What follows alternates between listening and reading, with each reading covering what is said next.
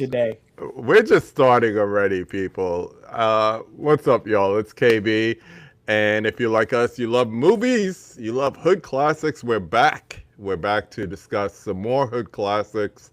We did this on the round table last month, and we are trying to get it in for another month. I'm glad we did. Yeah. It was looking kind of sketchy there. You know, Mm-hmm. next week But is it's August, birthday month. Hello, but yeah, I'm glad that we're able to meet up again and just talk movies, talk hood classics. I put out that clip from the last time we met. Dell, great synopsis of what a hood classic is, and more importantly, what it is not. So I am Mhm. joined by brother Dell. How are you doing today, man? Happy to be here as always, man. Where is your microphone? Because you sound mad nervous. Is that better? Oh yeah, Yeah. you're gonna be like them 20 somethings holding that little I'm tiny gonna have ass to hold it. mic. You talking into a pot of puff. I'm like, why they holding the mic? Why they put it on a Metro card? Why they doing like all these things? You're like doing the most. Just get a Yeah, regular microphone with a dead cat on it and call it a day. But maybe I'm just that's Yeah. gonna have me. to go spend some money on a real mic like you guys. So Yo, Nah, brother, you I, you Put got it, put one. it on. Put it on your frames. Put it on your You frames. got It'll one. work You perfect. trying to be? Oh yeah, I seen somebody put do on my that too. frame. Yeah, Yeah. that Click it on your frames. You'll be all right. We also got Big Chris. What is going on, man? I am here. Let me first say happy belated birthday to my brother Dell. Yes, yes, sir. sir. dude. He's moved on to the double fives. Double nickel. Yeah, Yes, sir.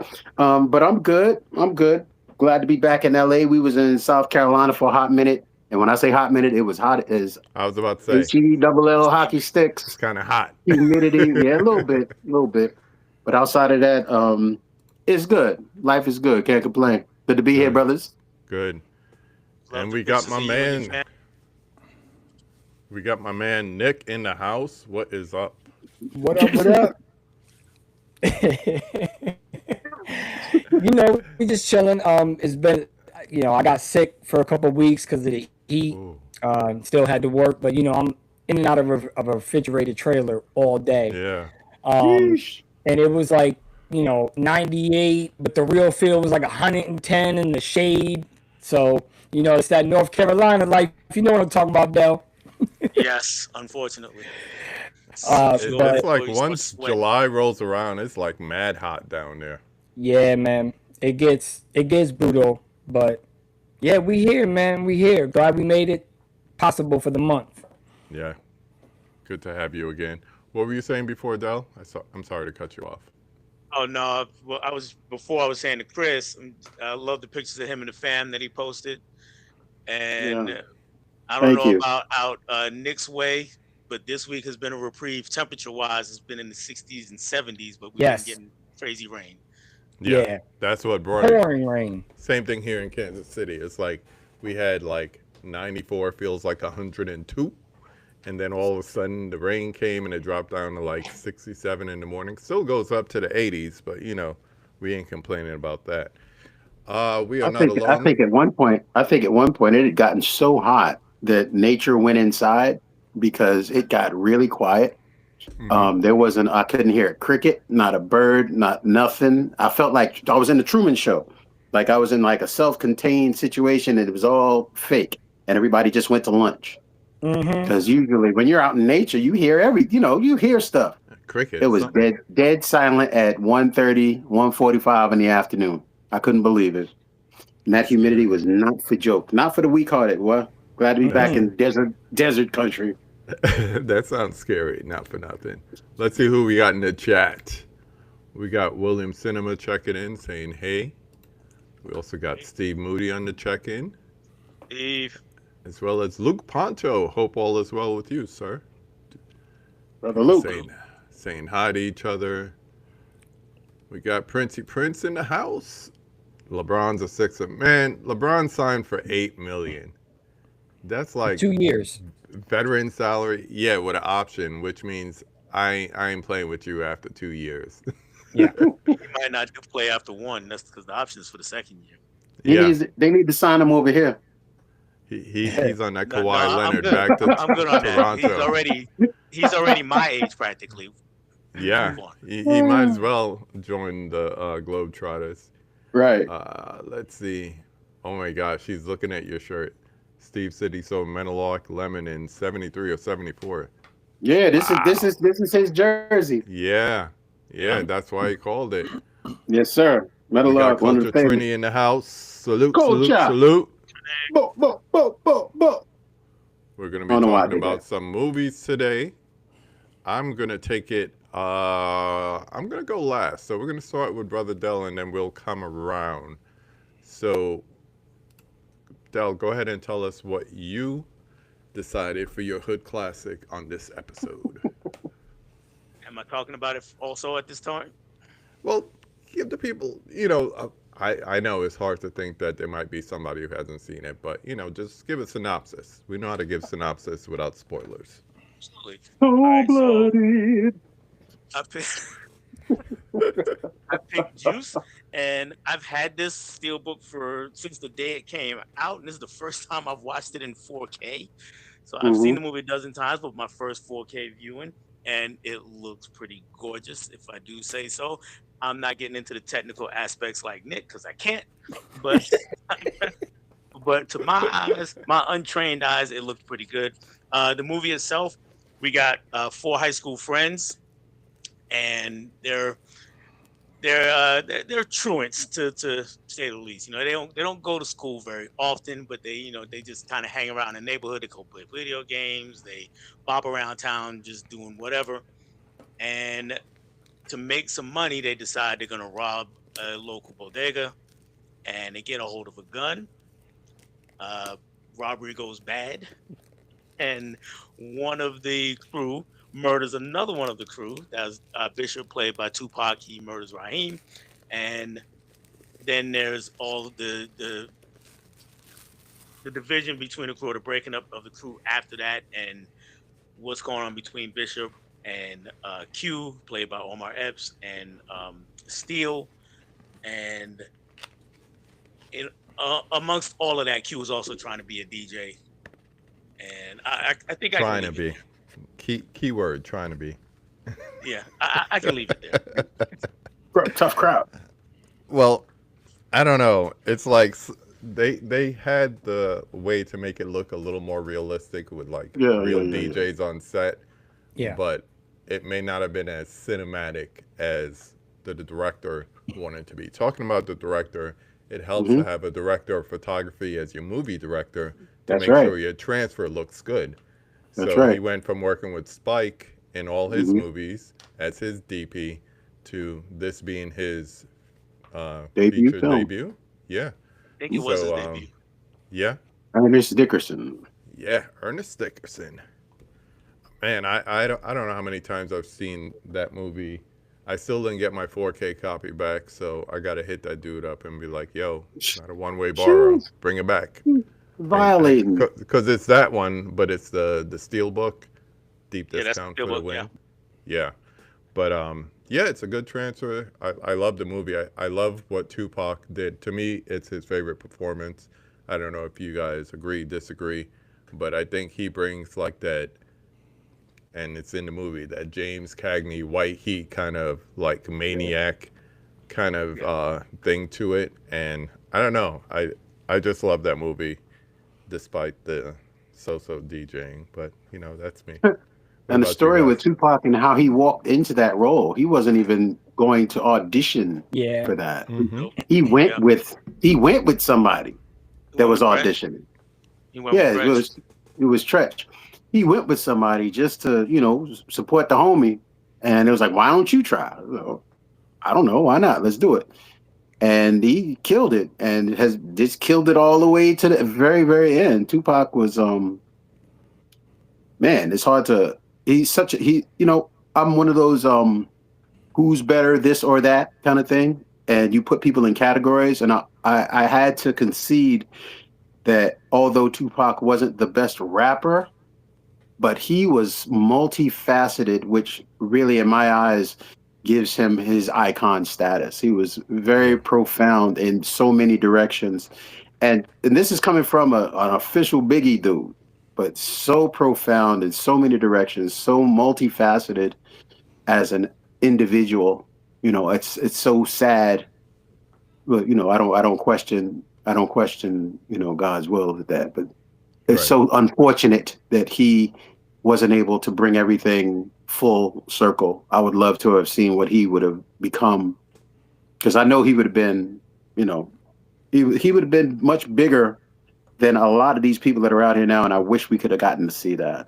Yeah. And I'm grateful for what we did get to see. But as Bishop, he really took that character to the next step. He, you know, you never really got to see us in that sort of psychopathic nature in a Without film. being like a serial killer or something like Yeah, that. but he was lightweight on some. I got a gun. I'm start killing people for real, for real. Mhm. I think know? we all knew somebody in the hood who was like that, though. Yeah, we just, stayed like very get a far gun and away like from them. instant gangster, like. We stayed away from them. Oh I shit! couldn't Here stay come away from Junior. him. Here come Junior. Let me go. It's time to go in the crib. Been there, been there. Yeah, Not he for can. nothing. I mean, he's been training for the arts since like junior high, because that's Yeah. where him and Jada Pinkett went In to, Baltimore. met at school for performing arts. So Mhm. him rapping, him dancing for Digital Underground, him acting. Right. None of that Right. surprised me. None of that No. surprised me. Nope. What were you gonna say, Nick? His star power was definitely amazing. I think eventually, because the movies bring more money and he was so good at it, I think that's where his career more would have headed towards.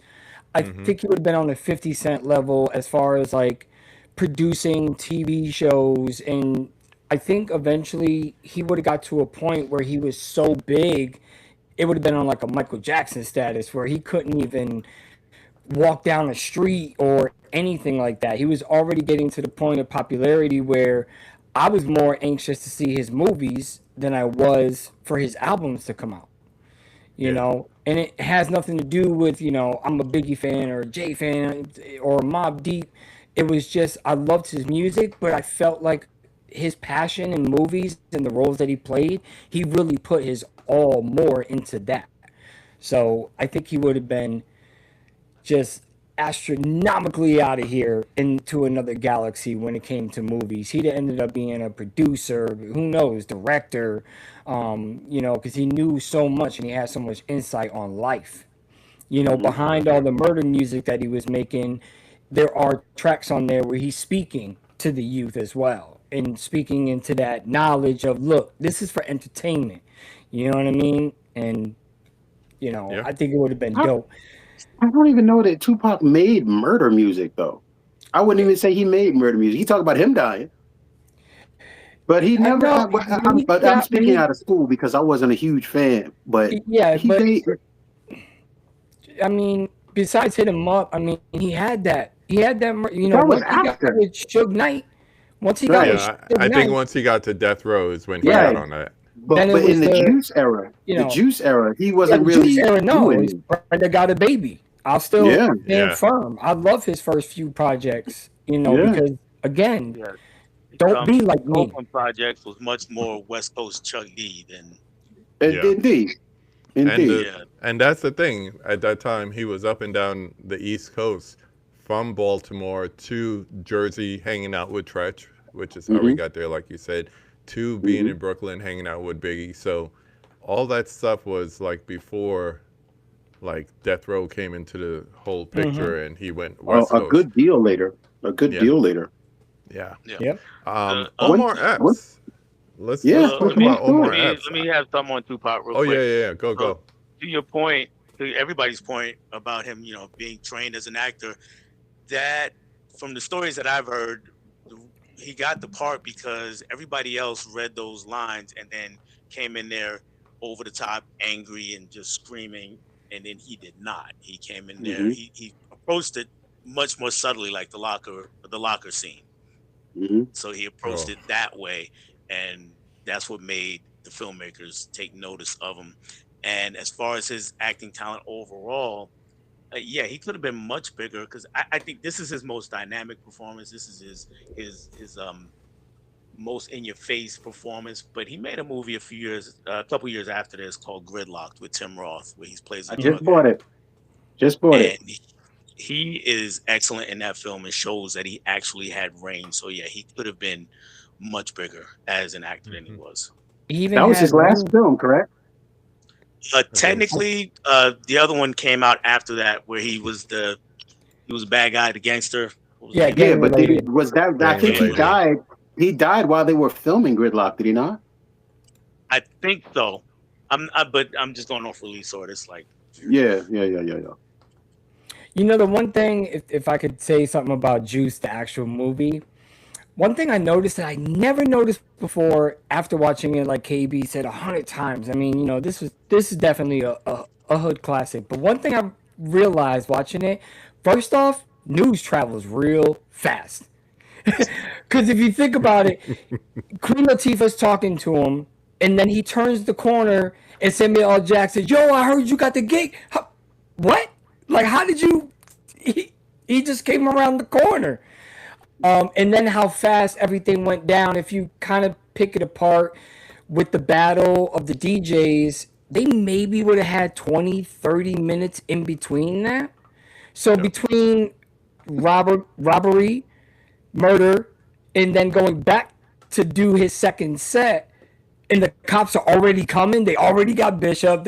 So you know it was just I never noticed how quick all that happens, and the fact he was really the only smart one because Q was the only one that wasn't wearing his everyday jacket that he goes into the bodega with every Right. single day. So no matter what, Pac would have had to have shot the Spanish dude anyways because he already knew who they were. He shot Quillen. Yeah. So, you know, but those are things like I never even noticed that they were wearing the same shit except for Q with the hoodie. He was the only Yeah. one that was in a different attire than the winter coats that they all wore to the same store every day. Like he was dressed for the battle, and that was Yeah. like the one thing that like was it me? Yeah. You know? And that coat that he had with the diamond patch on the back. I mean, that's him. There's nobody else sporting that coat. Yep. So And I just nobody thought talks it about was- go nobody ahead, talks go ahead. about Sam Jackson being on his creepy pedo stuff, hollering at that young girl in the candy Yeah. store. Nobody Yeah. talks Yeah. about that on the low. Yeah, that too. That too, but Hanging out years with them people started to them talk young about it, though. gals. Yeah. Yeah. In the last couple of years, people started talking about it, but at the time, if you was in my high school, all the pretty girls got picked up by grown ass men. I So was Oh, just you ain't about to lying. say, you You ain't lying. know, some store owner, the guy who ran the bodega or the candy shop or whatever, you yeah, you Yeah. already know. yeah, yeah, you can have Young that. girl, You go can in have there, that go in there and big get something pop. to drink. Mm-hmm. Yeah, yeah. But to Nick's point about how fast everything happens, that was something I noticed about the movie was how tight it was. 'Cause I forgot it's Yeah. barely 90 minutes long. yeah. So everything goes quick. There's not much fat on this movie, if any fat at all. I mean, it Yeah. just goes right through the story and gets to the point. But as many times as I've seen it, I never actually really noticed that, like how Right. fast everything moves. Mm-hmm. And Menace is to that way delve- too. If you go back and watch Menace to Society, it's that way too. Yes, So fast. yes. Yeah. It's so quick. Whereas, something like Boys in the Hood has that, you're getting the aspects of everybody's story. So it's a lot longer. And not that it's drawn out because I don't think that it's dull or anything. And Juice, like you said, Del, it gets right to the point. But I just never realized growing up and watching it as an adult how quick 1 minute he's and the next minute he's in cuffs. You know what I mean? So it was just crazy to see how quick that all happened. And I never noticed that they were all wearing the same attire except for Q. He was the only smart one that was just in a hoodie with a ski mask. Everybody else wearing their everyday winter jacket. It's wintertime. You know you're going to be cold and wearing the jacket. And you're going to go in the bodega store the next day to get your little 40 or whatever, or your Lucy's or whatever. So I just found that to be funny as hell. And if y'all don't know what Lucy's are, then you're not from the hood. Sorry. Leave it in the comments. What is a Lucy? What is a Yeah. Lucy? Leave it in the What is the comments. Lucy for 500, please, Alex? Right. I forget, people don't know what that is. But you know what? I bet that thought about what they were wearing never occurred to them because how broke they were. They only had one coat. Yeah. But And they're still, kids. you The could've whole been thing is Cuban. they're kids. So it's Yeah. not like they were Kids. criminal minded to begin with. They were just kids looking for the easy come up. Yeah. And it was funny because I was watching it was a thing on YouTube talking about Juice, and when they were walking up the hill, right after before the shooting, before anything else, Steele had just run out of school. That scene where he cut school and they're walking up to the Yeah, and the truant officers yeah, behind them. Tupac had on them 40 below Timberland boots, man. I've been on the edge of buying some of them 40 below Timberland boots. They want like $1,000 for a pair Wow. of Timberland boots from the 90s. They was just Wow. They were like, I this think I big. just threw out mine from I when I can't even- moved out here. get out of here, boy. You just lost a whole bunch of money. My But old there was butters. so much.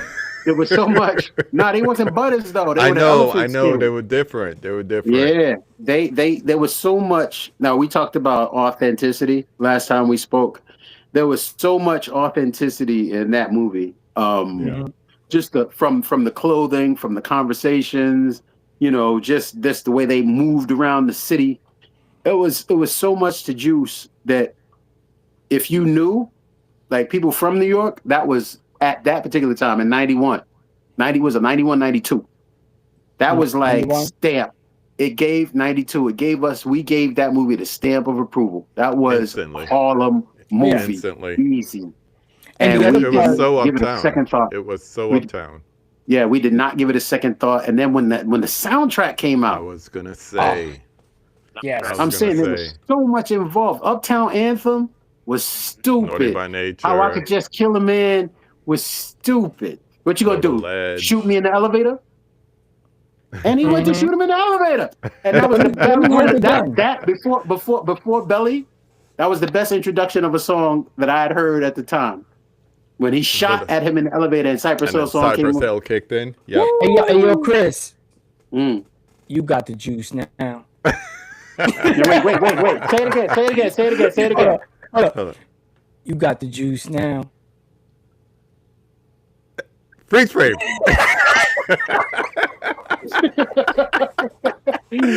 I used to crack up at that because I'm like, me that's too. That was the a only crazy way. one. He Let looked That's them like up a and down. 70s way of ending a movie with the freeze Yeah. frame. Oh, my I'm surprised God. they didn't go into. They should have went into negative. The credits just start coming up. Yeah, Del, speak up. going we can't going hear the you. other way. What are you saying?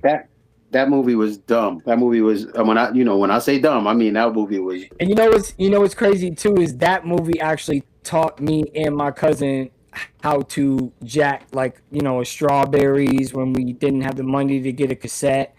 He would go What's up a and strawberry? huh? The record What's a store. Lucy and what's a strawberry? are we talking Strawberries about? is a record store. It was a huge franchise record store up north, where I'm from in Do they sell Massachusetts. Lucy? No. They sell cassette singles, so Yeah, they singles. sold It's a record singles store. and cassettes. But we used to play that same move with females. My cousin Greg would go up in there and start flirting with the girl, and I'm over here. We ain't have no money. We was broke. You know what I'm saying? So we was kids running around. Yo, I need that Naughty by Nature tape.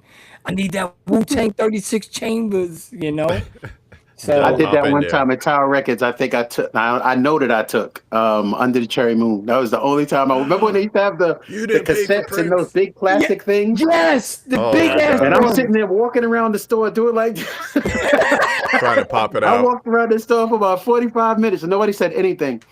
And that was I needed that. I needed that. I was probably like Yeah. what 15? I needed that. Yeah. And that's the only time I've ever stolen yeah. Yeah, leave it at that. Yeah. Del, Moving on. say something. Del, get in there. All right. Statute of You know what limitations. I'm is saying? There was over. one more creep in the movie we didn't talk about. Mm. Dawn from En Vogue. Yeah, but she gets a pass. Yeah, she gets a pass. That was Cindy. Yeah, well, I'm That was sorry, Cindy, Cindy. wrong one. But yes, Nah, Spike liked Dawn from En Vogue. He had a crush on her. yeah, yeah. But that was Cindy. Yeah, she was bad though, but she Yeah, was she quite was adult. always my favorite. Um, Yes. I do have a question about the movie itself, though, because lately something's been popping up online that I've been seeing is people are trying to call Juice a horror movie. No. In the That's what I sense, say. it is in the sense of like a Cape Fear. I get where they're going. It's not a horror Mhm. movie per se, but it is sort of like a stalker movie. Like a thriller of sorts. Yeah, it is a thriller because I mean, look what he did to Think they're Steele. He going that way. beat Steele up, shot him, left him in a hole, shot shot Rodman. He shot like 5 people, and he did it in a stalkery way. So I could see. I wouldn't necessarily call it horror, but I Yeah. see where they're coming from. I see the thriller aspect that KB Yeah, is it's talking like a about. psychological thriller. Not a Like horror. no. like a crime thriller, if anything. Yeah, that's If why I said that's like the Cape case- Fear. If that's Yeah. the case, then Boys in the Hood, Ricky, that's a horror movie. You know what I'm saying? We'll come back to That's that. just growing up. That's growing up in South Central, son. Homie. Yeah. We'll come back to that. We'll come back to Mhm. that. So yeah, that is Juice. That's a great start. We're gonna move over to Big Chris. Oh who's no, gonna no. Set Let's up do- the let's no, do- no, no, let's- no. Set up the movie. Let's Set up the we movie. can't. We don't want to do that. We want to Set do. up I the want to movie. hear what my man Nick has first, and then I will come through with mine. Please, if Okay. you allow me so. Okay. Yeah, because I would say out of the 4 movies, this is the one that left a smile on my face the most. Juice, Boys, I mean, that's whatever. I've been there, done that. Let's talk about your selection for this episode, Nick. Mine was Blue Hill Avenue. I think it's a very slept on film, very low budget.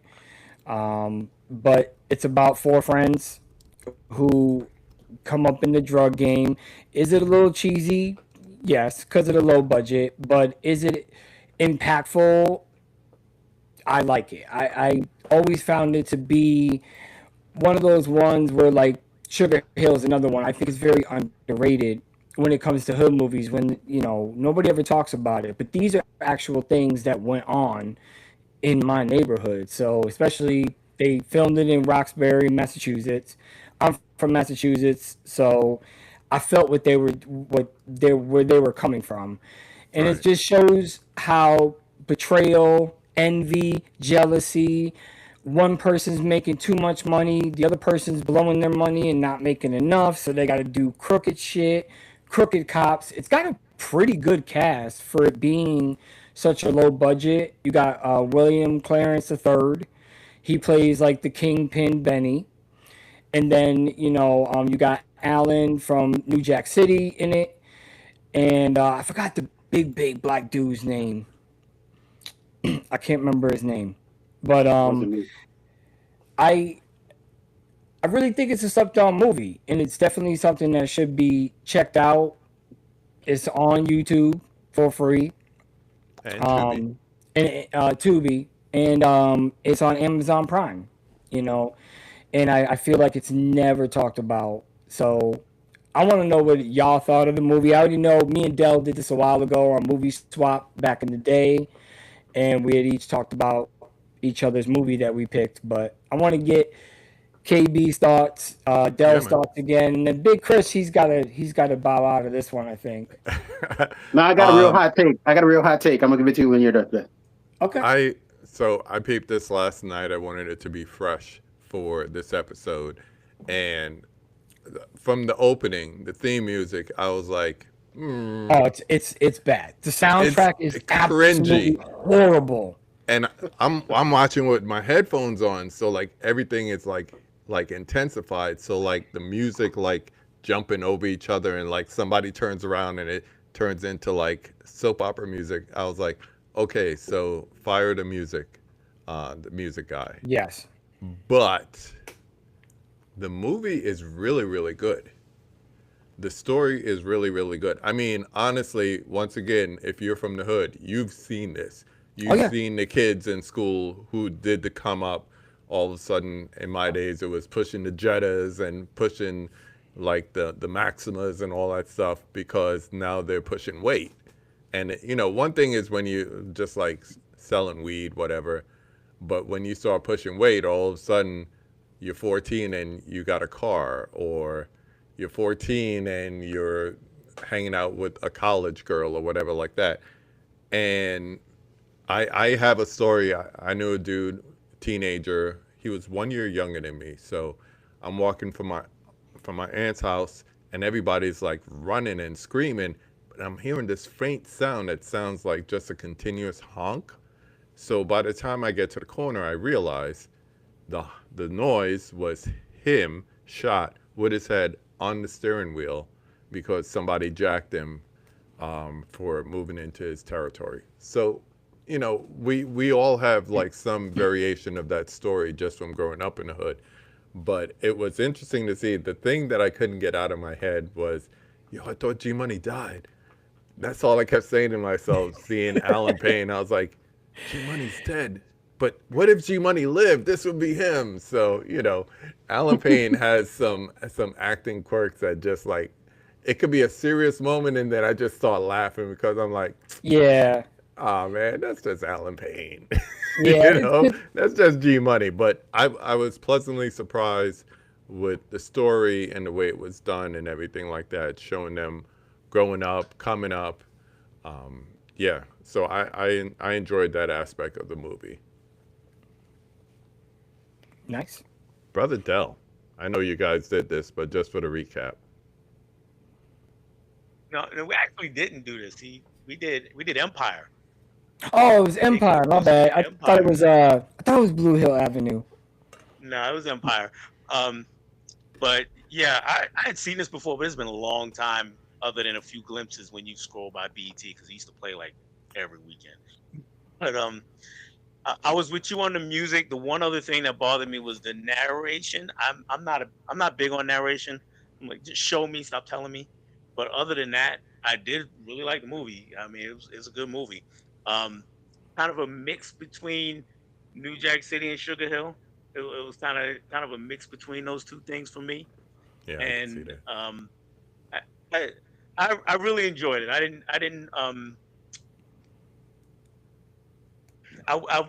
did understand where it was going right from the beginning, but it still kept me intrigued. Let me put it that way.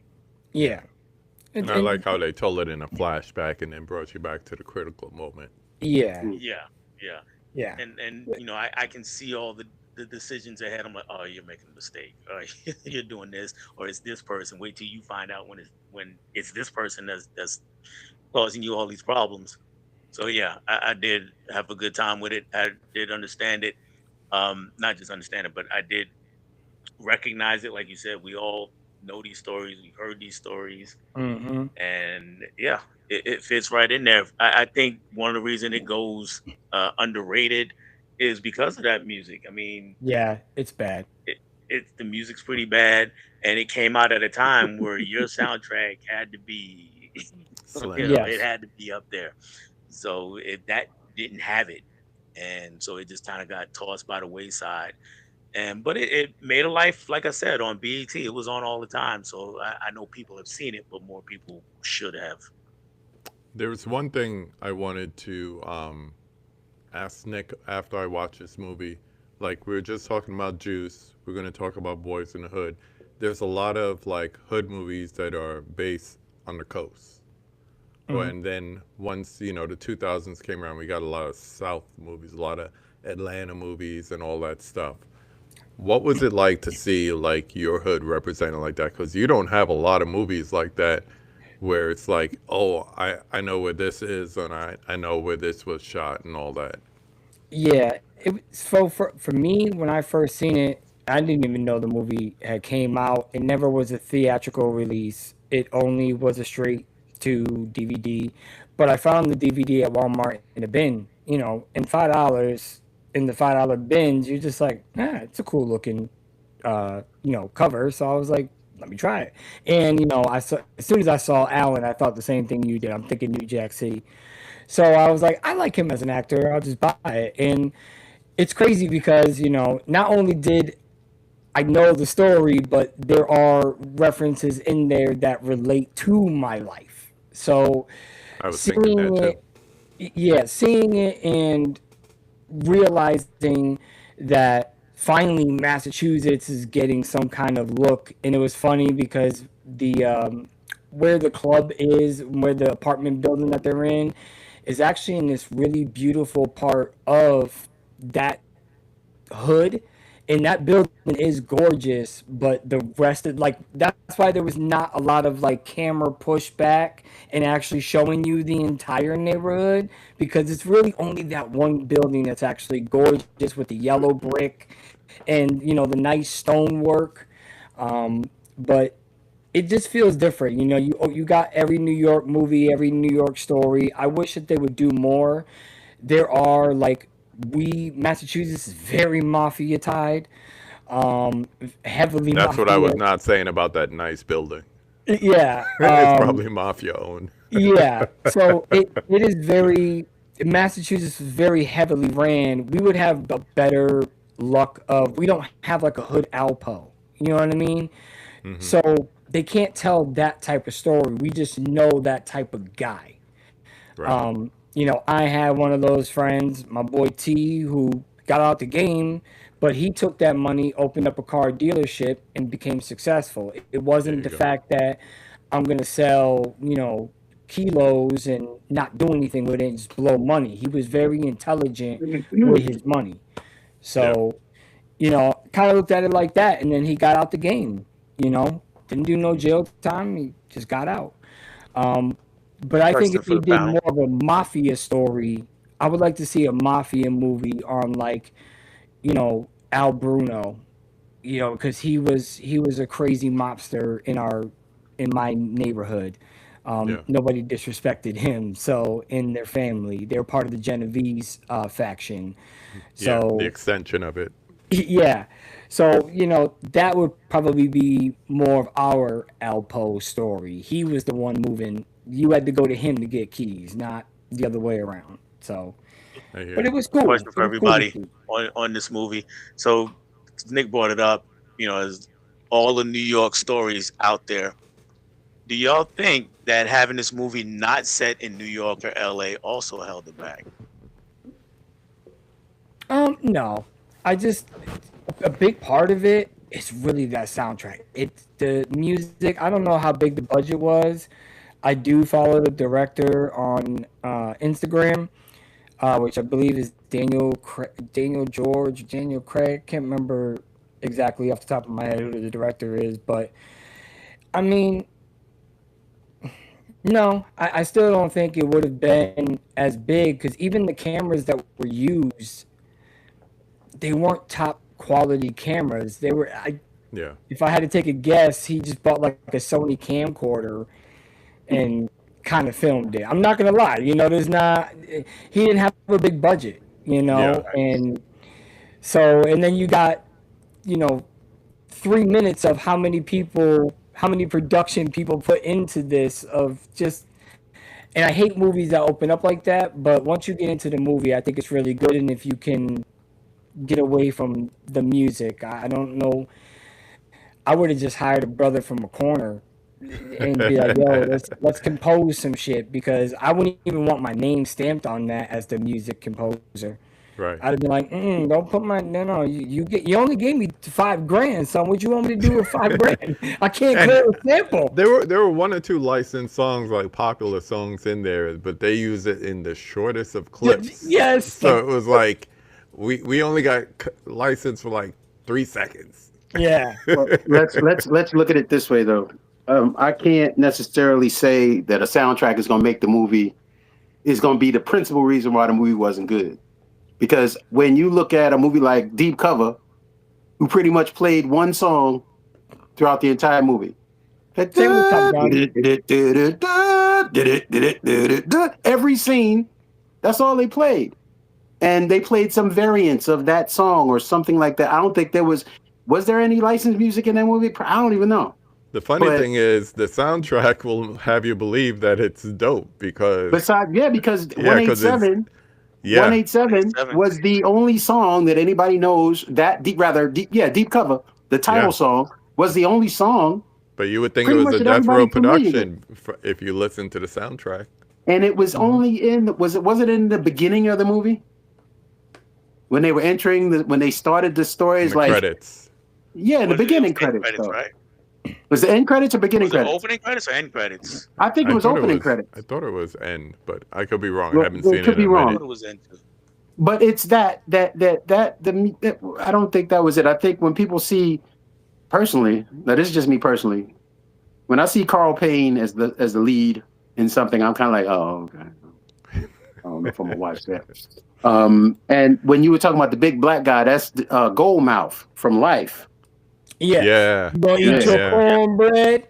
Yeah, you're gonna eat your cornbread. So when and I'm looking at the cast, I'm like, okay, Clarence Williams III, William Forsythe, they had some names. They had Beyonce stepfather, he was in it. They got dude from what is he from Fresh? The young kid from Fresh, he was in it. Oh. But as I you know, I didn't pick up on that. yeah, but earlier on, I think I'm jumping ahead of you, KB. I don't mean to. I'm sorry, but I got to No, get you're off good. real You're quick good. before I forget. Earlier on, I was into like the hood movies like that, those type of the drug dealer movies, like I said, when Juice came out and things like that. Yeah, that was it. But then as I got older, the craving for that sort of movie was starting to wane. I think the last movie that I really enjoyed that was like that was probably Sugar Hill, maybe Brooklyn's Finest. I kind of like Brooklyn's Finest. I know it didn't do that great, but I kind of like Brooklyn's Finest. And then it just stopped being fun because it's a repetitive story for me. It's like the same old thing. You see it all the time and you see these characters and you know that you really can't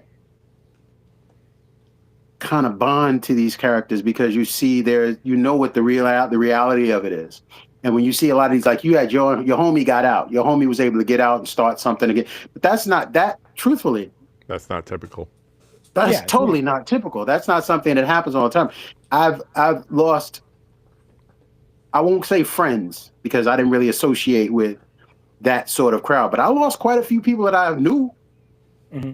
That was dope boys and hustlers and such and such. Yo, look at him. He got the new this, that, and the other thing. He got the pushing this. And then next thing you know, it's like, yo, such and such, they found him over, here, folded up.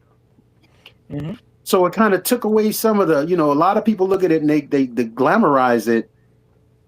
And for me, as I got older, a hood movie for me would be like Boomerang, where I'm watching. It got more into like the comedies and the dramas and all but that. no, Boomerang for the sense of look at us. Look what we can do. Look at what we're doing. Look at how people are criticizing that film because they don't see white people in it. And somebody says, Eddie Murphy said it, in fact. He says, that movie's not realistic. They're running an advertisement. Who's running that company? There are no white people in this movie. Yeah. That's how our lives are in a certain sense. We forward professional people working in a fast-paced American business. This is how things go. So don't just think because you don't think it'll sell because we're not selling drugs or we're not shooting each other or we're not doing anything illegal that we're going to have a problem. I think when we move into positive roles for us, and they can still be hood movies because they still talking about stuff that we can relate to. Yeah. Stuff that outside of where we grew up, we might not be able, or the circle of people that we grew up around, we might not be able to relate to that stuff. I mean, there was so much going on in it. We are who we are. We are those people. Yeah. But I get caught up and I get turned off by watching a lot of those movies. And I think the problem with it is that the people who may discover the culture through those movies, through the music, start to think that we're monolithic, that's the only story we have to tell. So I'll use that example. When we get a Cosby Show, what do you mean both the mother and the father are professionals?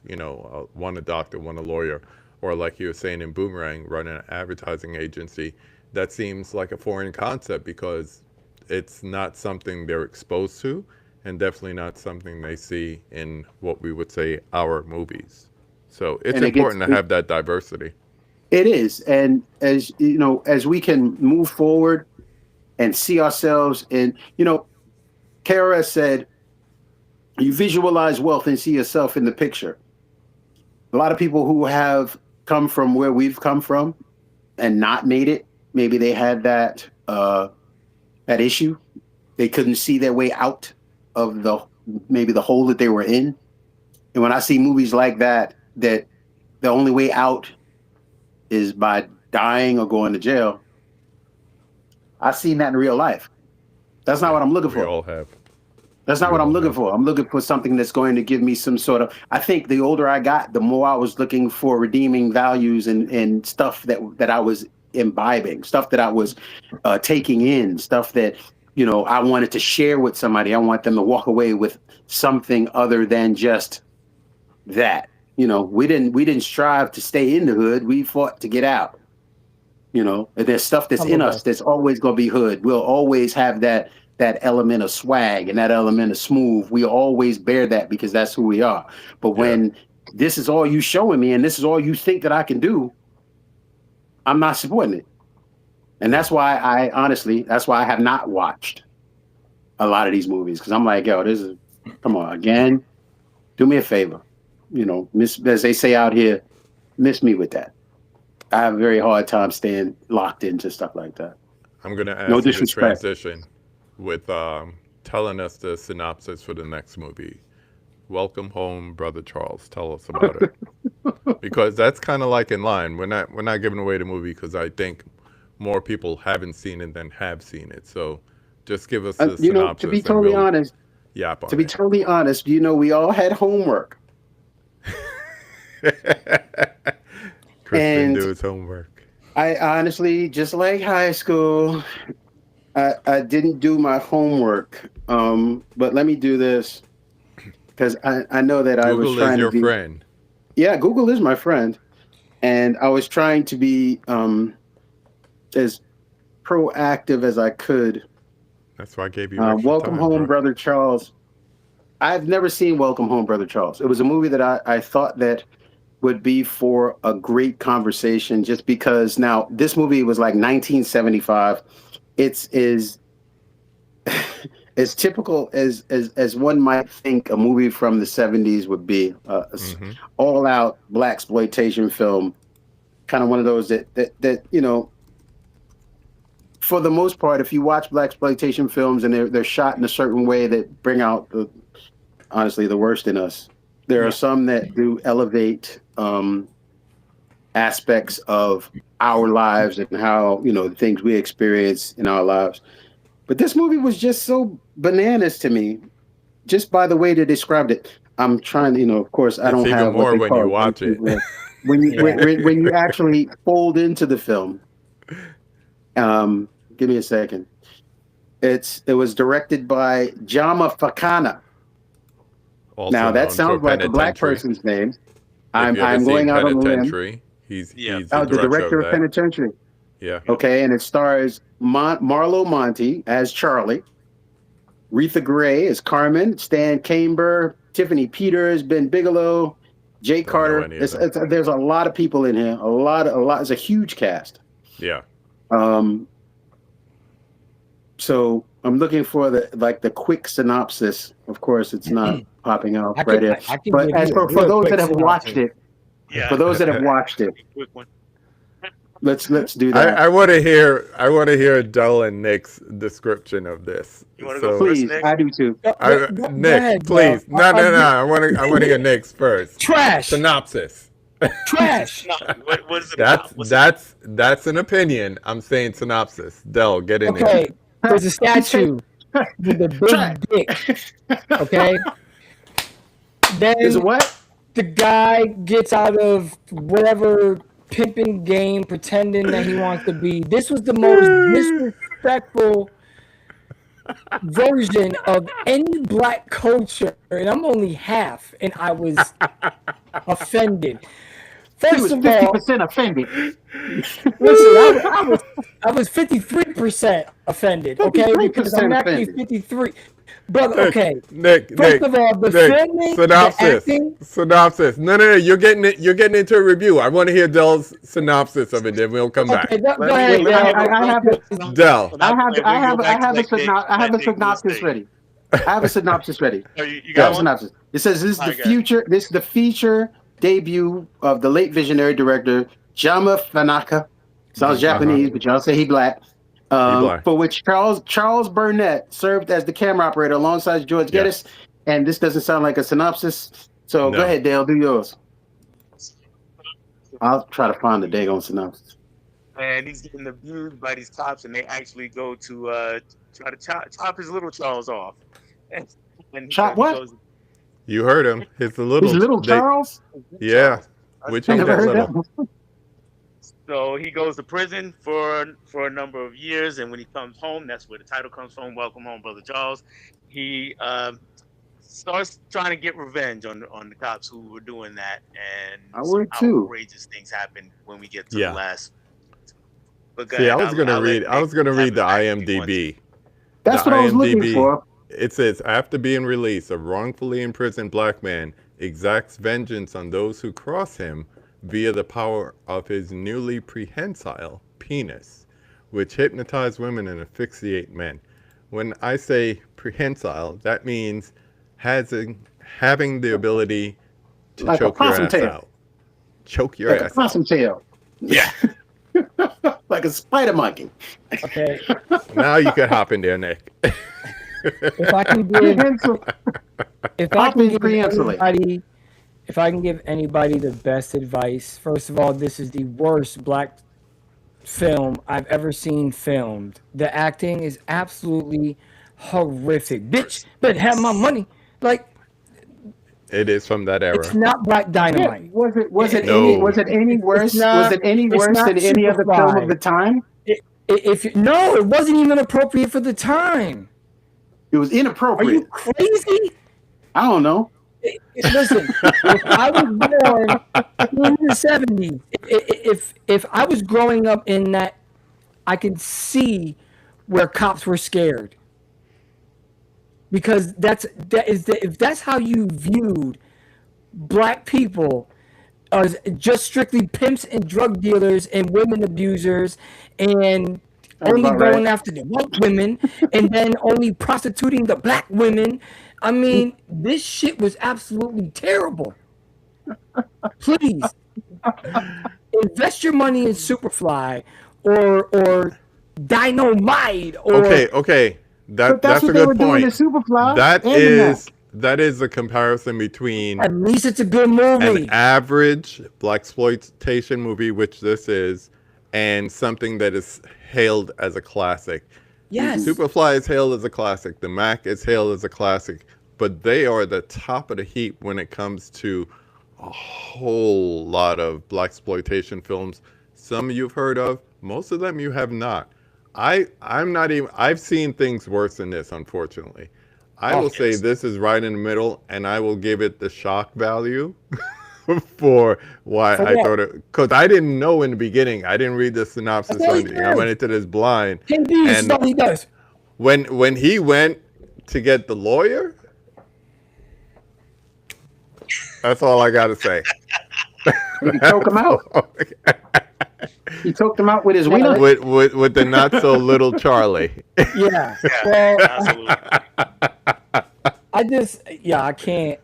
I want to think know about why it. you I'm why mad. you I'm suggested mad this, you man. made me watch that. But wait, because I never saw it. It looked crazy. But see, this is the thing.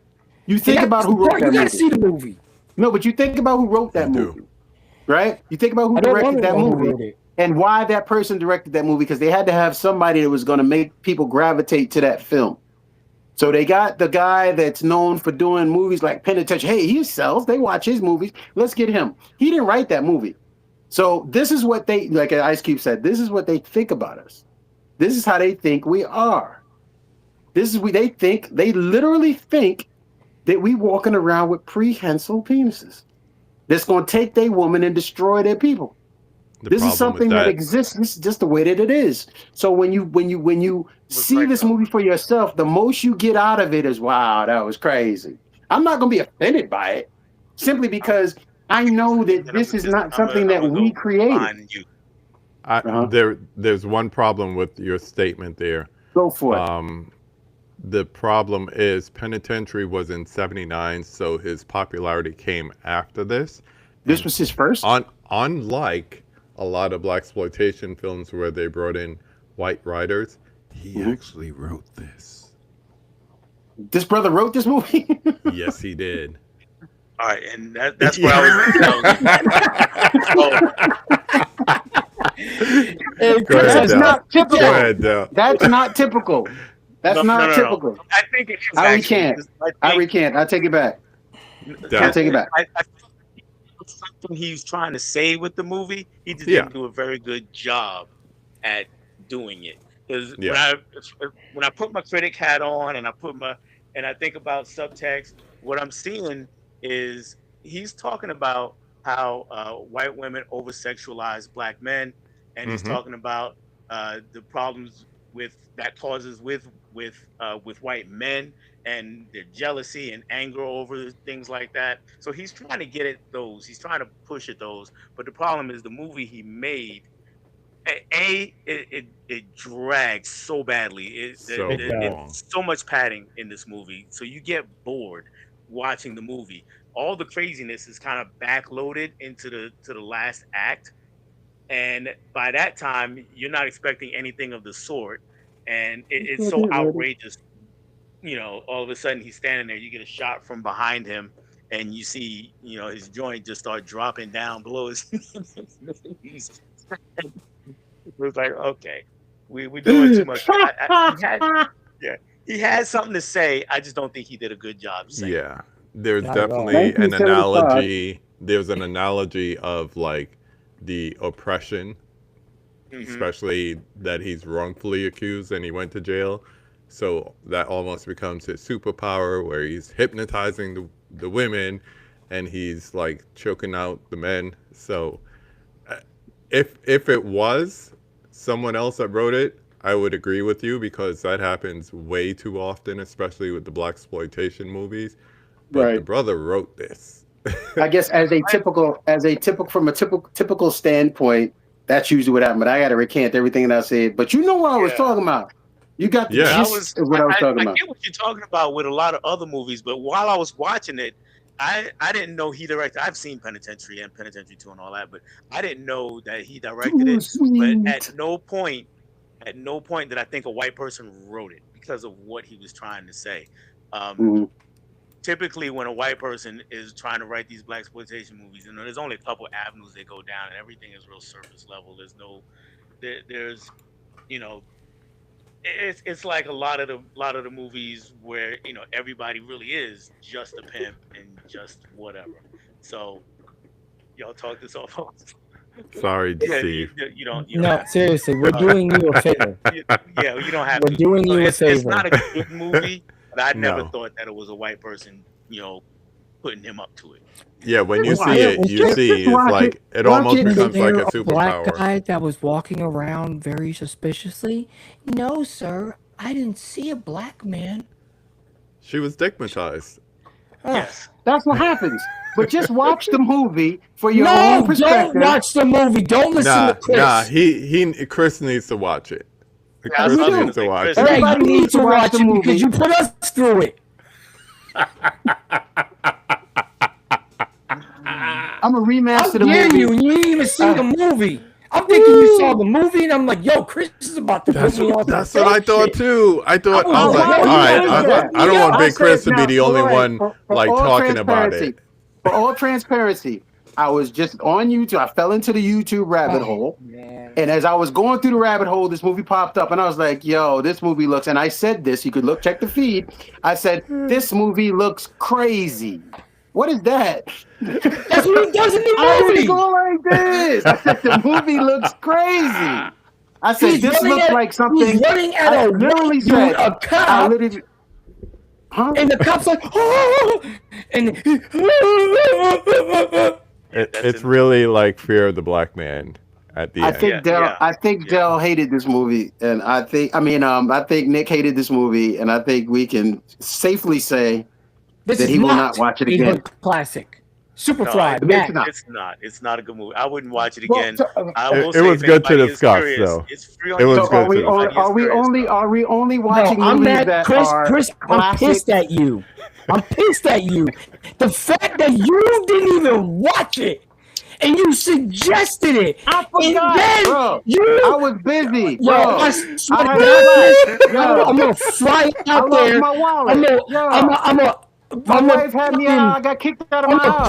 clockwork Yo, orange your eyes. I got And deported. I'm gonna ICE make took me you to watch the this shit. detention He's center. gonna I couldn't come home clockwork for 3 orange weeks. him. He's gonna clockwork orange him. Yes, I don't want to watch anymore. You're gonna be 10 minutes in and want to change it. I feel like John Belushi in the Blues Brothers. I couldn't do it. I overslept. I lost my wallet. My key broke. I'm sorry. All I right, love you, Chris, but damn, man. let's Hey, bring it man. back. Let's bring it back. I love Boomerang. Though. I love Boomerang. Let's talk about a movie I'm sure we've all seen. I purposely put on my Doughboy shirt for this one, and with the Criterion sale ending tomorrow at Barnes & Noble, the 50% off sale, it's part of the reason why I brought this one up. I got the John Singleton trilogy. Really great set for those of you thinking about it. You got one more day or wait till November. But I watched Boys in the Hood, man. There you go. Dell got it too. I got it. And the reason why I wanted to pick this is, you know, people are probably for the first time in some cases getting on to John Singleton, getting on to his filmography and everything. And really it's Boys in the Hood and Poetic Justice, Baby Boy, in that descending order for me at least.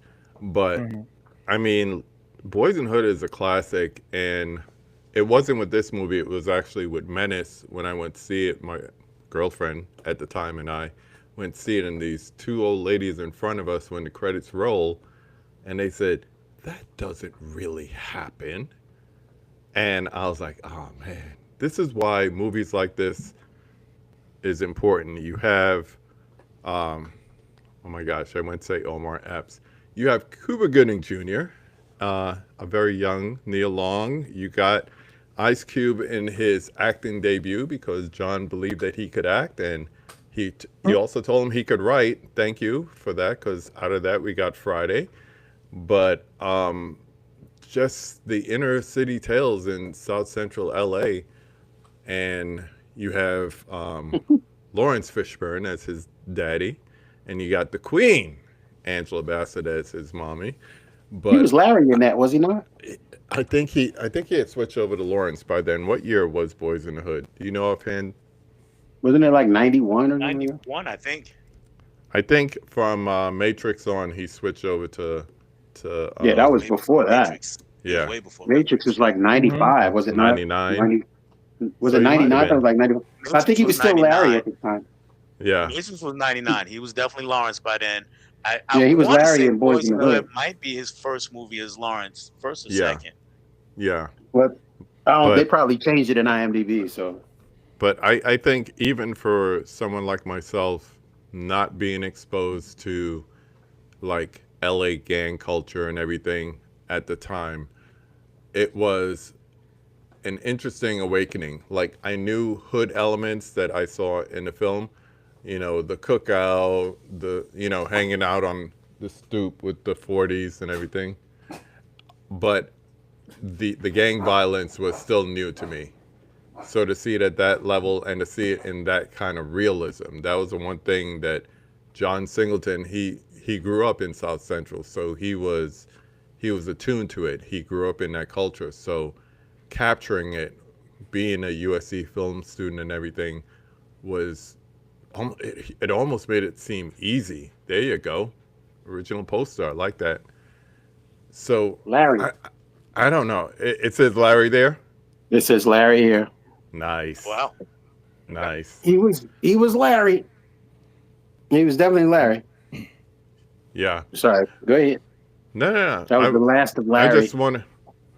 I just want to know what you guys thought about it, whether you recently rewatched it or it's been a minute.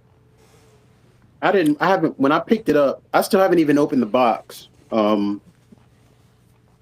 I it was a door into stuff that we had no idea about. Like you said, we didn't know how it operated. It always seemed so, I don't know, strange to us as New Yorkers, because you would see just listen to the way they spoke, watch how they behaved, and it just seemed like angry for no reason, getting into stuff for no reason, just for the. Maybe so. That's probably true, but we didn't have that gang culture beyond a certain point. After, say, like when the Warriors came out, '79, when the Warriors came out, we had, the Black Spades, and we had Zulu Nation, and we had the Latin Kings, and we had all of these gangs that were literally active in our cities. But after that, they kind of disappeared.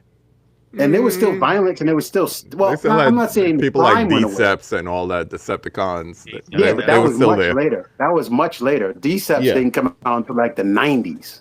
Right. The low life, like mid 80s. Yeah, and really, you're right. Probably in like the late 80s though, 89, 88, 89, 90. Because then you had the low lives and you had all these others. But to be back on track, it was just a look into a different world for, I speak as a person from New York City. It was a different look into a world that didn't make sense necessarily to me personally. Yeah. I was familiar with Ice Cube. In fact, I was an Ice Cube fan. I wasn't an NWA guy, but I was an Ice Cube fan. I was very impressed by him. Yes. Same. The women in the movie, when you're looking at the women in the movie, it's like, yo, man, LA, they getting it out there, man. They look, man, crazy. Regina King. Yeah, young Regina King, the girl that, when he was getting his hair cut and he was telling the story about the girl that wanted to hook up with him, and they went up into the girl's house. The girl in white, can you drive stick? Yeah, I could do that. It was like, yo, she was bad. So it was just those simple elements to us, and then just listening how they talked and how they talked to each other, how they talked to the girls, and how it was so like, man, it was so different. Yeah. Of course, a lot of us did grow up in single parent households. A lot of us did grow up. Fortunately for him, he had a father, or he had somebody to help guide him through, even though he was still very much in the street. He wasn't of the street. He was just in the street. Doughboy was of the street. So his upbringing was a lot different. They didn't have no father at all. But that's what I'm saying. We knew the difference between those two. Like, we were in the streets, and then there's a difference between being in the street and being of the street. Right. So for us, as a New Yorker watching it, it was so heavy and so much violence and so much like, wow, this is a lot. We enjoyed it because the stories were good. But it was just the imagery. It was almost. I was almost overwhelmed by a lot. I'm like, is that real? Is that how it is out there? Yeah. And when I got out here, I'm like, yeah, this is how it is. How it is. How about for you, Nick? Just to jump in there. How about for you? Were you in Mass by then? Oh yeah, no. I've born and raised in Mass. But my whole thing when I first seen it, our gangs were not as violent, so it was a little shocking to me. Yes, we had Latin Kings, we had Nietas, we had Solid, we had a few Bloods, but when I first seen it, it was kind of like, these dudes is really dying over colors. You know what I mean? Are they really dying just because you walked by and bumped somebody? I remember hearing stories. I remember hearing stories of dudes in New York getting shot for Jordans, and I was just like, that can't be possible, because we weren't doing that in Massachusetts. The most I would see as far as gang violence goes, maybe a baseball bat or jumping, but never the killing. So the cultural shock that made me literally never want to go to Oakland or you know what I mean? Like I just looked at it like I'm gonna get shot because I'm gonna be wearing a hat, and it's still like that. You know what I mean? It's easy And, just to be all in black. yeah, As hot as it is, just be all in black. you gotta be all Sometimes in that can white work to be either. like I'm neutral. I'm neutral. I'm Yep. neutral. I mean, so it's crazy. It was very cultural shock for me, and just kind of seeing that like wow, they're really dying because of colors. So So well it done. was definitely though a dope movie. Again, the story was well constructed. And just getting a piece of everybody's life, you're looking at it like, yes, this guy's going to be successful. He's going to go to college. Meanwhile, his brother's still going to be living with mom, and you know what I mean. Like, so I never saw the ending coming until the ending happened. You know, and Right. then that iconic Yeah. scene. Now that was being I think what I see now is maybe 12, 13 when I first seen Boys in the Hood. So no, maybe 10 or 11. And, We get it. you We're know, old. yeah. But when I seen the way that they shot him up, it was like horrifying to me. I was like, yo, for talking shit, Yeah. essentially that's all it was really over. Rick didn't really do anything after the whole car meet scene happened. Yeah. And he just remembered his face. So it was crazy. But Before I get to Dell, I just want to say that scene has been satirized to like a breaking point now. Like there's TikToks going around where they're using the background music for something tragic happening in their saxophone. lives. They said the build-up of the saxophone. Secret Life of Pets, the Kevin Hart character Yeah. literally yells out Ricky. Yeah. It's like to a level that oh my gosh, it's just crazy. it's very Del, influential. Del, hop in there. Have you checked out your Criterion yet? Yes, I opened it and watched it this week, and let me tell you this. So the feeling that Y'all Nick's watch talking a lot of about overcolors and all of that, I got that earlier from the movie Colors, I remember that right? one. Because they emphasize everything so much in that movie. In Put a rocket this in your movie, I pocket. think the smart thing that John Singleton did was you can see obviously the group that kills Ricky, they're all wearing red. You can see it, right? And Doughboy and all of them, they're wearing blue all the time. But the movie doesn't focus on that. The movie focuses on them as a group of people, a group of individuals who are friends and family. And with that father and what having a father can do for you and what not having a father can lead to. So I think John Singleton was really, really smart about that. So yeah, there's a lot of gang coding in the movie, but the movie itself is not like, look, those are Crips, these are Bloods, and we don't get along because we're on this block. And the movie doesn't do that, right? It's just, hey, these guys hang around all the time and sit on the porch and drink 40s. We get to know them through their conversations a little bit. And Ricky's trying to be a football star, and everybody's trying to do all these things. They're not sitting around, like planning heists and planning drive-bys and doing this, that, and the third. It's just things that naturally happen through the course of the movie. And I think that is what helped this movie blow up more than anything.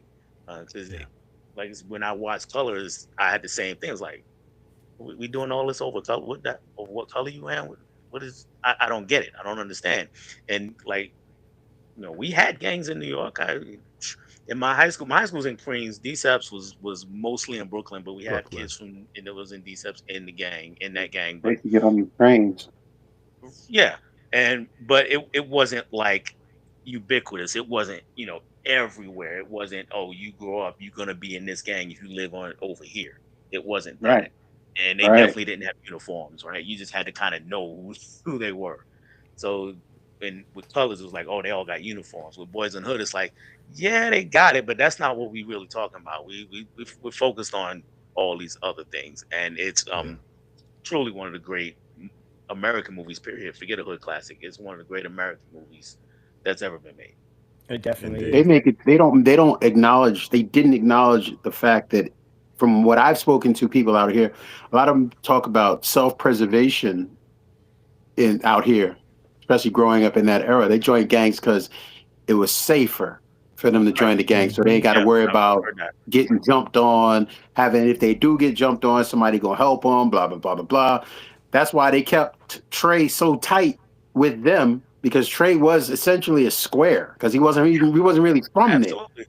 Yeah. So they kept Trey with them to make sure Trey was gonna be all right. That's why when they got hassled by the cops, they was like, yeah, F y'all cops, whatever. Trey got hassled by the cops. He want to cry and he want to punch the air because he's not used to dealing with that sort of thing. And, that's I guess you could call that a rites of passage at some point, because some of us have to go through these things when we grow up for a taste of reality. And that was his reality check. He thought he was going to be tough. This day, I wish he made a different acting choice than punching air like that, because I laugh now every time I see it.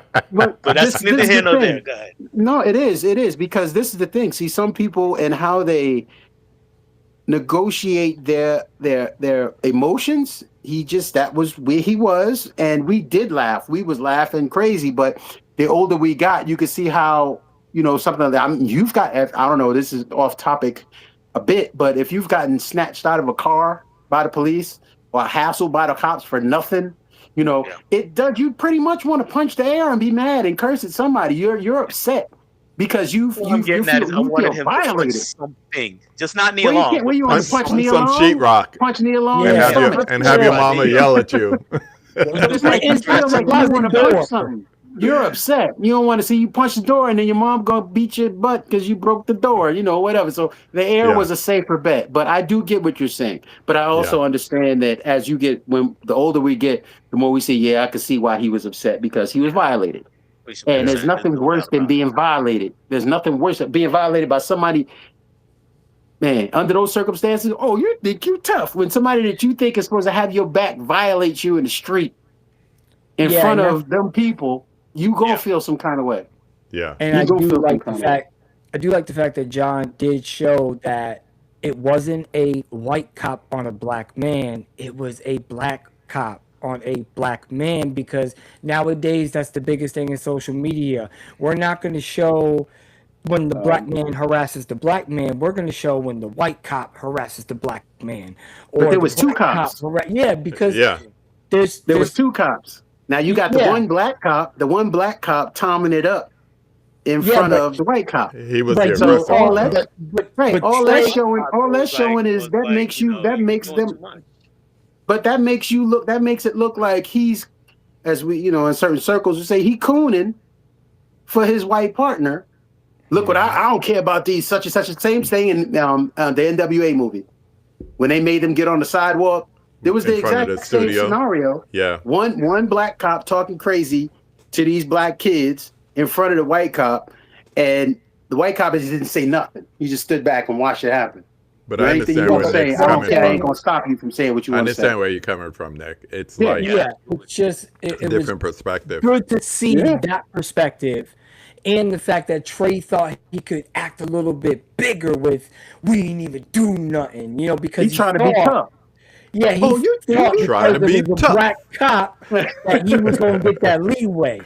Yeah, you know what I mean? Them rolling 60s. Yeah, I think that's when reality hit him. That shit, this black guy isn't going to have my back like Doughboy and all them. I thought I was safe, so I could get a little bit tougher. Yep. We got Sister Tamika in the chat. Hey, Tamika. From earlier.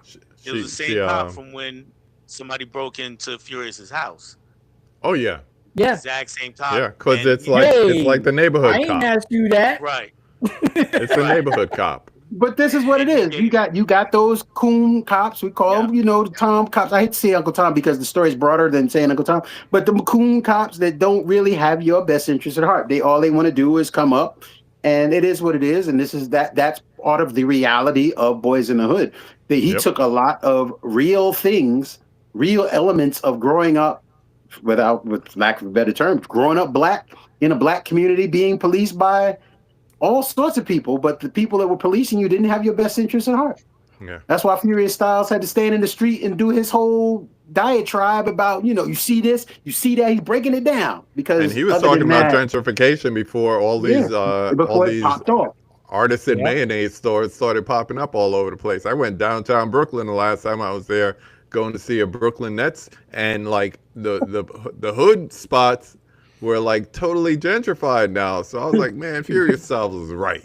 Green is no longer green. Green is very white right now. But you said artisan mayonnaise. Yep. Artisan mayonnaise, y'all. It was a Keith's store and then artisan mayonnaise right next door. Yeah, I Dell. learned the word gentrification from this movie. Yeah. When it first came out, I saw it in the theater and it was like, gentrification. What the hell? And is nobody that? notices Grady is in that scene. Nobody talks about Grady. Stop. Yeah, from Oh, Sanford. yeah, and Son. Grady. So nobody talking about Grady. Yeah. Yes, Grady is in that scene. Absolutely. These folks out here. Yes, that's Grady. Chilling and hurting each other. Yeah. Yeah, Mika adds, I can imagine that feeling of helplessness and violation. Yeah, Mika. I think we could all attest to that at some point. There's a lot of people out there. There's a lot of people out there that haven't experienced it. Yeah, So if you have DWB. That's never what we used experienced to it, one say. thing, Had several DWB incidents Driving while black. in my life. WB, walking while black, driving while black, breathing while black, anything. But I'm saying, like, while for black. Popo to run up on you, like you just got your car, you got your system, you going somewhere. Whoop whoop. Well, Right. in my defense, they always thought I was Puerto Rican. Well, see, that's why you could get away with it. You could No. pull it sometimes. No, Like, it's a hey, different. hey, It's hey, a different hey, thing. Papi, It's a different. You funny. Papi, You that's funny. not You me. funny. That's not me. You funny. I know black. I know black. The Latin cops were fucking worse than the black cops because they really want to show out. Yeah. Well, Yeah, when you're growing, I because they can't think imagine. they're white. I'm 16. I look like I'm 12 at that point because I always look young. Thank you, Dell. We got the black jeans, and you know.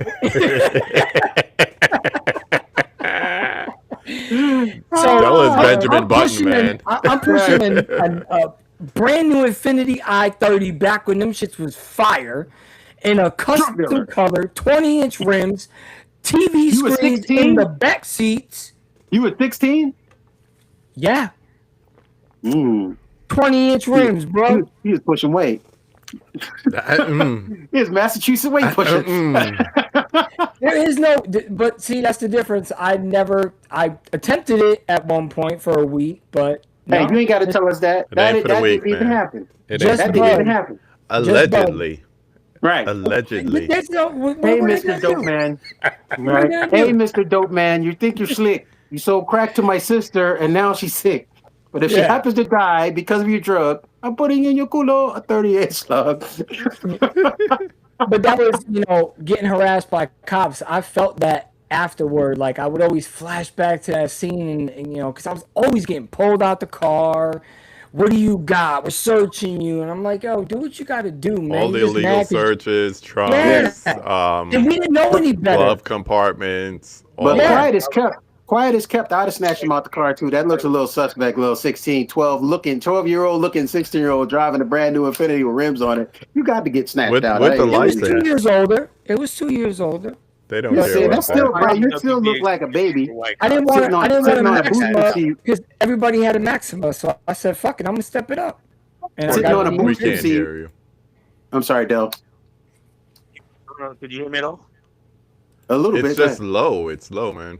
Yeah, it's super low. I gotta get You a need new to one. put your But yeah, mic on a Metro card all and of talk my, into it. all of my DW.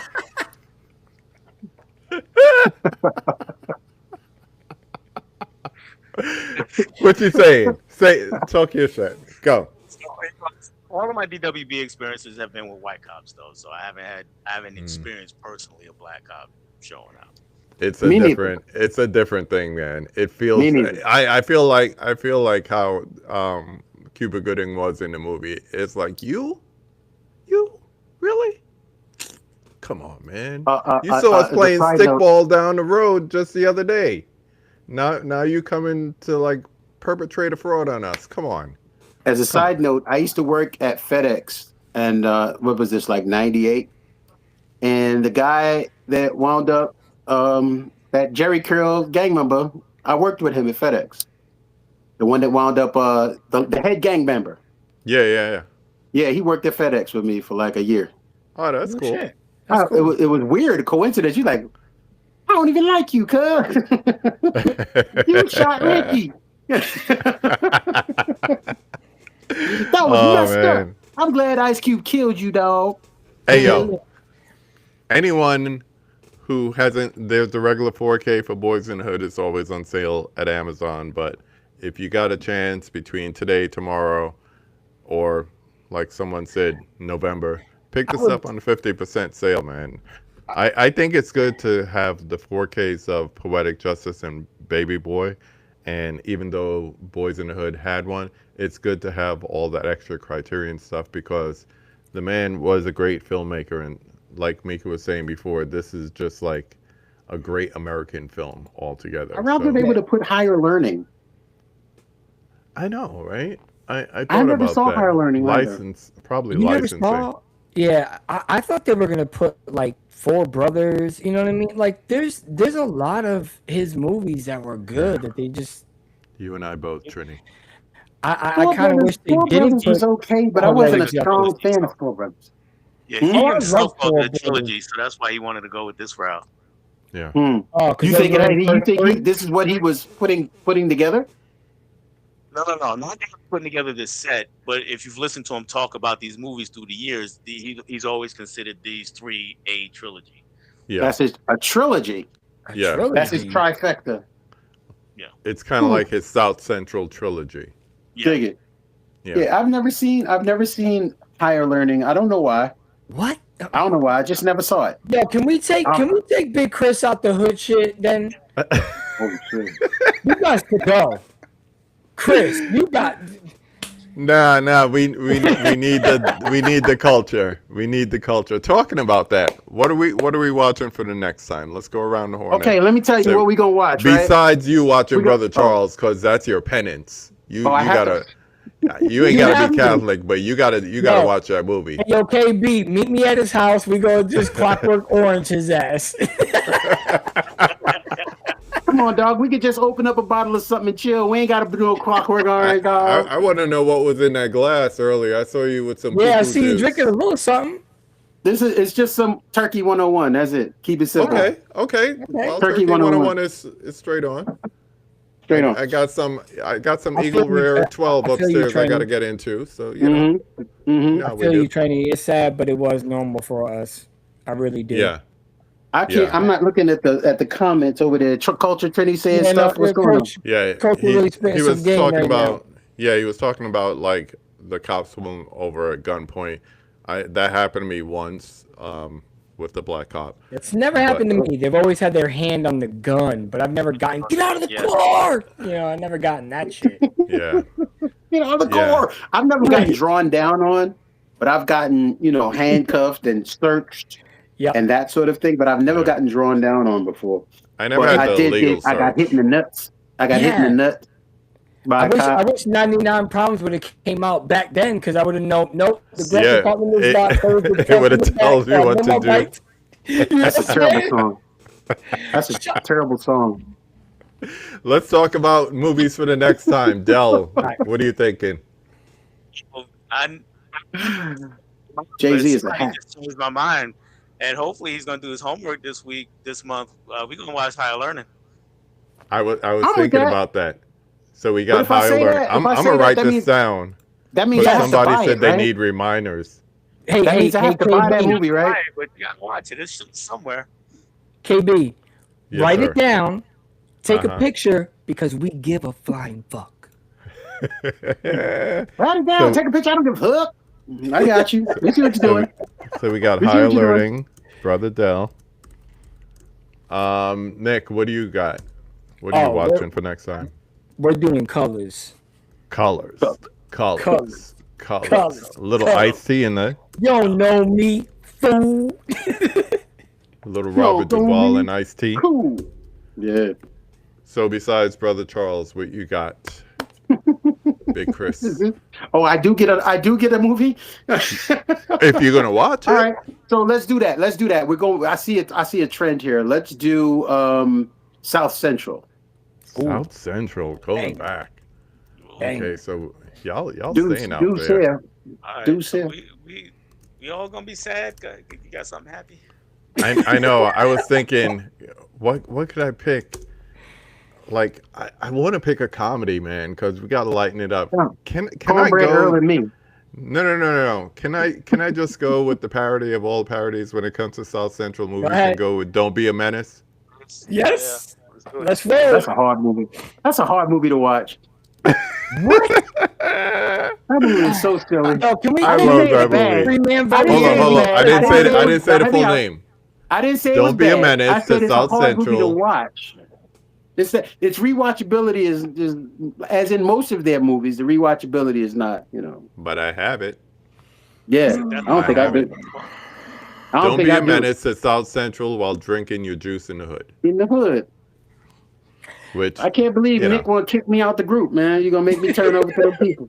I think he's just trying to rile you up the way you were riling him up. Is that what it is? Yo, Chris, you know I got love for you, baby. Oh, I'm just saying. Oh. Man. Like, you made us watch that terrible movie and you didn't even watch it yourself.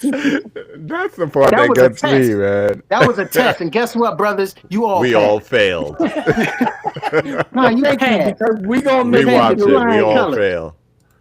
All right. Let's see. Where is South Hello? Central? I had my lights was out. I didn't Uh-huh. pay my gas bill. What had happened was What Yeah. had happened was But then, and I had now, to fix the sink. I had to wash my car and my dog and my hair. All right. South Central is not streaming anywhere. Right. I had to go get my beard braided. What, Okay. South Central? Okay. No South Central streaming anywhere. So break out your DVDs. Okay. I think I have Colors the is DVD. on. Colors is on Canopy and Hoopla. So break out your library card. I still have it on Blu-ray. He said, "Break out your library card." They still have Yo. those. Yo, not for nothing. I be watching a lot of movies. Like I couldn't find my Ganja and Hess, and I was looking for it, and it was on Canopy. So I don't sleep on those free streaming services. No commercials either. Yeah, that's for me. Higher Learning, I not watched streaming Blue on Hill anything. Avenue on Hoopla. Yeah, there you go. I still have my original Higher Learning DVD with the black case that slides That's why out. I have DVD. Yep. I still I don't have have that. it. I don't have it. Let's see. You could pick. You Don't be could a probably pick it up for a menace. good price, Chris. It's a I'm good sure. movie. I know it is. Listen, not for nothing. Again, I preface everything that I say with not for nothing. But not for nothing. I've seen parts of it, but I've never sat down and watched the entire movie. It was sort of like, it jumps around a bit for me, and I was like, all right, yeah, and then I get distracted and come back, and don't turn it off, just let it play. By the time I come back, it's over. So I have to sit down and watch. There's plenty of movies that I do that with, though. It's not just, what's that movie called? What you say it was? You get to see Busta Rhymes' greatest performance. I heard. Yeah, because it ain't Halloween I'm like, Resurrection. okay, That's good for job, sure. What you talking about, white boy? My favorite part. Hey, what about? Oh, man. Wait. Can I change my choice? No, What do you, no, what do you no. change it? You got to watch Brother Chris first, or Brother Charles. Brother Chris. I'm That's a strangle the new y'all name. with my prehensile thingy do. Yeah. I think Bamboozled is my swap out. Ooh. Because I bought the Criterion Bamboozled, and I really want to look at it because I haven't really watched it. There's a lot, of course, like how we do. There's a lot of stuff that we haven't watched yet. So I want to make my choice Bamboozled, and I'm Okay. standing on it. Here we go. Okay. Sticks. And I have that. I reclaim my time. It's I've got spiked, the so I same got it. criterion, yo. KB had to do it, so I had to do it. There you go. What? I was just showing all the cellophane on my movies. Ain't nothing more than that. There's I a ton. wasn't showing There's a off. ton of cellophane. It's like Actually, I think it was mhm. I actually opened up all of mine. I rearranged, I re-alphabetized everything and just put everything all into one except for the DVDs.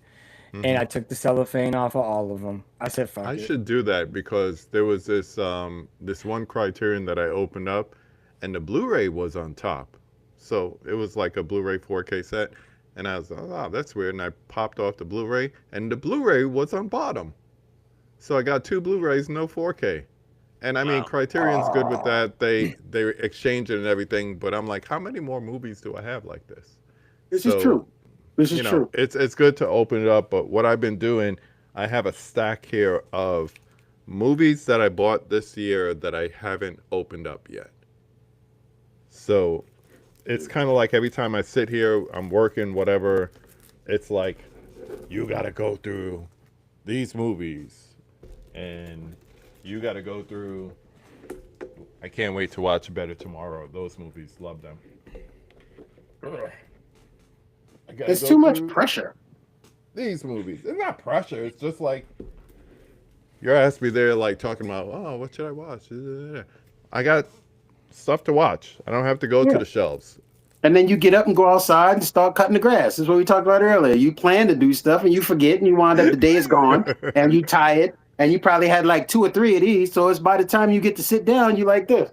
Well, see, I didn't have any of those. I'm going to go get my dinner and then I'm going to come back and I'm going to pour a bourbon honey lemonade times 2 or 3.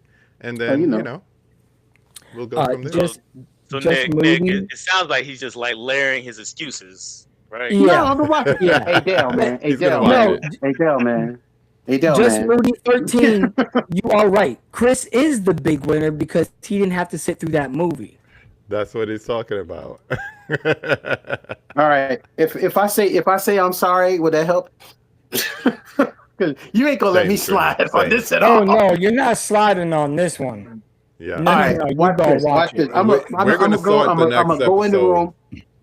I'm going in the room and I'm gonna go right now. I think I said this last time. I'm gonna go in the room right now. I'm gonna put it on. I'm gonna sit down and I'm gonna fall asleep. I mean, I'm gonna watch it.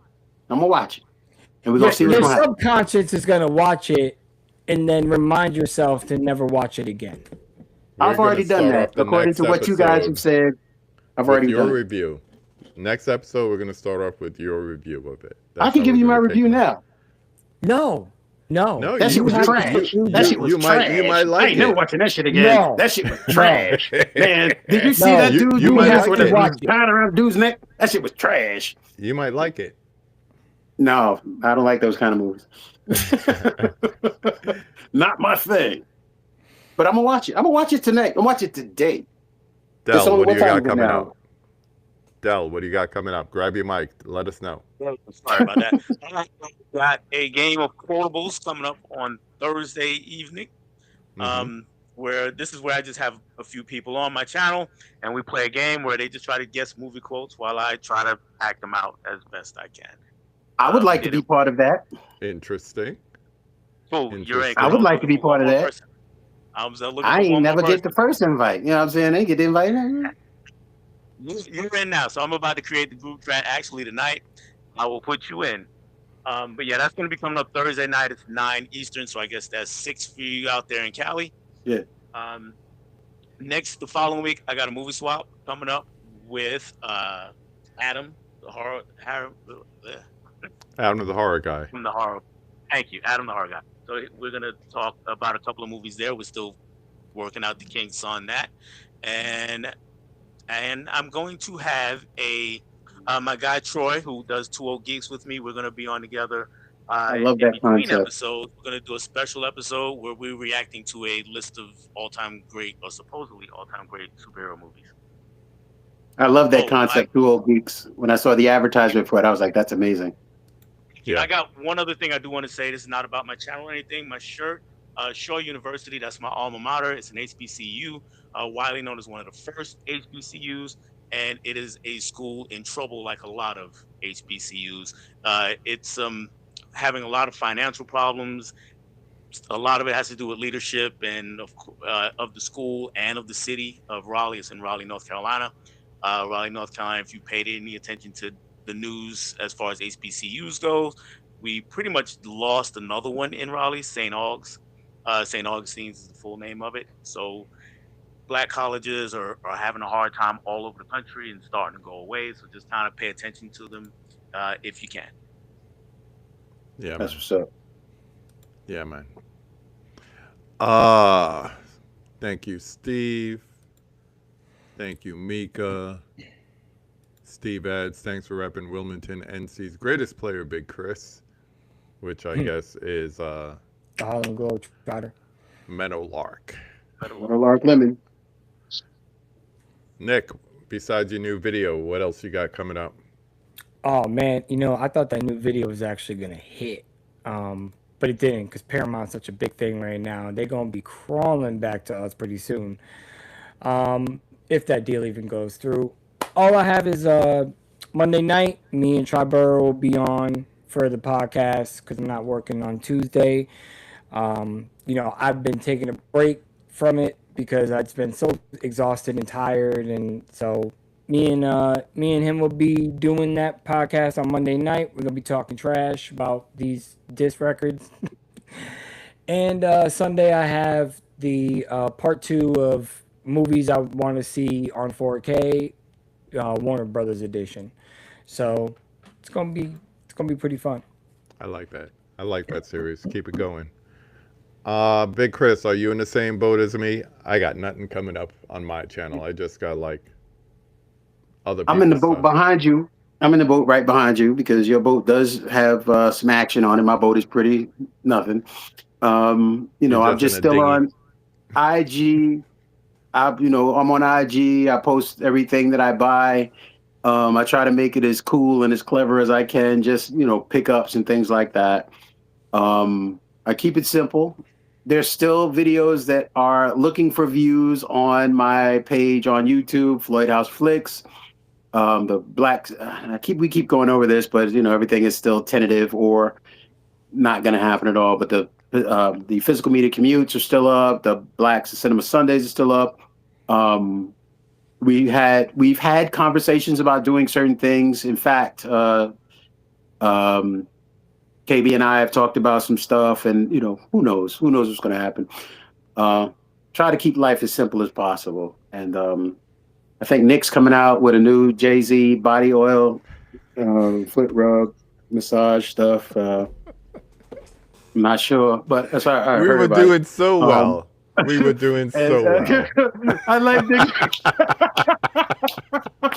We were doing so well. I'm gonna land this real quick. I got some. I'm just going to the movies this summer. I'm enjoying going to the movies. I'm going to see The Odyssey again in Dolby. I got Huck's live stream coming up on Friday. I got Spider-Man on Saturday.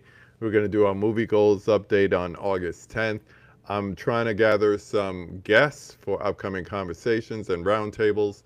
So if I reached out, please let me know. Just respond to me and we'll get that going, get that scheduled. But yeah, man, I always say it. I'm going to say it. Thank you, brothers, for joining me tonight again. Always fun. I'm glad that other people are enjoying this. Salud. I'll be joining you in about a half hour as soon as I get back from getting some chicken. But yeah, man. Typical. The stereotypes and all.